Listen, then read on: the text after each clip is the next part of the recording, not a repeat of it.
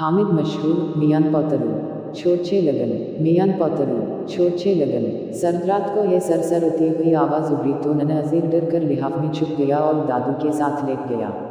दादू ने डांट कर कहा, ए शैतान की बच्ची, क्यों बच्चों को डराती है। कश्मीर में सरमा की छुट्टियां हो चुकी थीं। घर के सब लोग दूसरे शहर एक शादी पर गए थे और बच्चों को अपनी दादी के पास छोड़ गए थे, जो ही सब दादू कहते थे। छोटे बच्चे दादू के कमरे में मोटी दरियों पर गद्दे बिछाकर लिहाफों में लेटे हुए थे, जबकि लड़के अपने चचा सादिक के पास बैठक में सो रहे थे। निखत ने अपनी दादी से पूछा, दादू, ये मियां पोतरू का किस्सा है क्या? दादू ने बताना शुरू किया, मियां पोतरू की कहानी बड़ी पुरानी है। जारी है, मैंने अपनी परदादी और इन्होंने अपनी दादी से ये सुनी थी। आजकल बहुत अरसे बाद फिर कश्मीर में ये बात उड़ी है कि खबीस रूह मियां पोतरू रात को सुनसान गलियों में चक्कर लगाती है और ज़ोर ज़ोर से पुकारती है, मियां पोतरू छोड़छे लगन मियां पोतरू छोड़छे लगन। कश्मीरी ज़बान में मियां का मतलब है मेरे और पोतरू के मानी है बच्चों। उसी तरह छोड़छे का मतलब है सर्दी और लगन के मानी है लगती है। तो मियां पोतरू छोड़छे लगन का मफहूम हुआ, मेरे बच्चों, मुझे सर्दी लगती है। अज़ीर लिहाफ से ज़रा और ऊपर होकर बोला, चुड़ैल को भी सर्दी लगती है, वो तो हवाई चीज़ होती है। दादू मने की इस नुक्ता दानी पर हंस दी, मगर अपनी बात जारी रखी। सब कहते कि रात को मियां पोतरू चुड़ैल कश्मीर में घूमती है। लोग इससे डरते थे। वो कभी एक गली में आवाज़ देती तो सुबह ये वाक़या 50 मायलों में गूंज जाता था। जो लोग कश्मीर से बाहर चले गए वो अपने साथ ये कहानी भी ले गए।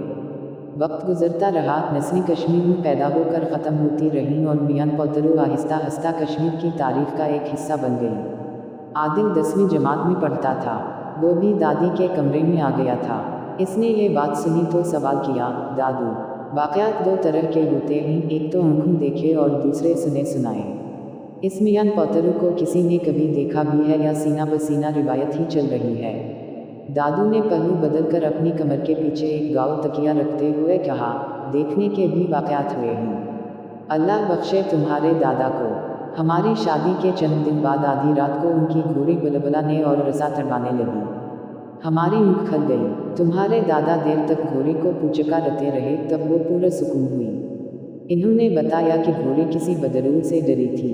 मियां पोतरू गली में से चीखते हुए गुजर चुकी थी। लोगों ने छप के देखा था। आदिल ने कहा, मगर ये तो सुनी सुनाई में आ गया। दादा ने देखा तो नहीं था। उनके जवाब देने से पहले आलिया ने एक और सवाल उठाया, दादू, ये मियां पोतरू सिर्फ सर्दियों में ही क्यों धावा बोलती है?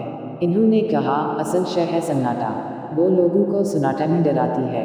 सर्दियों में रात को सन्नाटा बहुत होता है। लोग दो दो कंबल जोड़कर उनमें दुबके होते हैं। वो इस आवाज़ पर बहुत खौफ खाते हैं। निखत ने अपना लिहाफ अपने गर्द लपेटते हुए कहा, उसका नाम हमने ज़बरदस्ती मियां पोतरू रख लिया है। पता नहीं क्या नाम होगा बेचारे का। आदिल ने मुस्कुरा कर उसकी तरफ देखा और कहा, निखत। सब हंस दिए तो आदिल ने इजाफा किया, निखत अभी अपने बाल खड़े छोड़ दे तो आप सब भी पुकार उठेंगे, मियां पोतरू। निखत ने धन पैसे आदिल के बचे। ये मजाक भी उधार रहा। दादू ने ऐलान किया, महफिल बर्खास्त, सब सोने की तैयारी करो। आदिल वहाँ से सीधा चचा के पास बैठक में पहुंचा। वो अपने बस्ते बिस्तर में काफ़ी देर तक मियां पोतरू की हकीकत के बारे सोचता रहा। हैश आधी रात का वक्त था। आदिल को निखत की आवाज़ सुनाई दी, जो खौफ से लरज़ रही थी। आदिल, मियां पोतरू गली में आ गई है। आदिल बिजली की तरह उठ बैठा। फिर उसे याद आया कि निखत शायद उससे अपनी छेड़ का बदला लेना चाह रही है। वो करुख बदल कर बोला, क्यों डराने चली आई? निखत ने अपनी बात पर जोर देकर कहा, सच आदिल। उस वक्त गली में से एक लरजती मगर वाज़ेह आवाज़ उभरी, मियां पोतरू छोड़छे लगन मियां पोतरू छोड़छे लगन। आदिल की नींद उड़ गई। वो अपनी रज़ाई दूर फेंक कर इस खिड़की की तरफ लपका जहाँ से सारी गली नज़र आती थी, क्योंकि गली टेढ़ी थी। निखत ने जब उसे खिड़की खोलते देखा तो वो खौफ से दूरी हो गई। वो घटी घटी चीखें निकालती वहाँ से दादू के कमरे में चली गई। आदिल ने एक झटके से खिड़की खोल दी और शदीद सर्द हवा का एक झोंका अंदर आ गया। गली में सन्नाटा था। कहीं अंधेरा था और कहीं बरक़ी रोशनी टिमटिमा रही।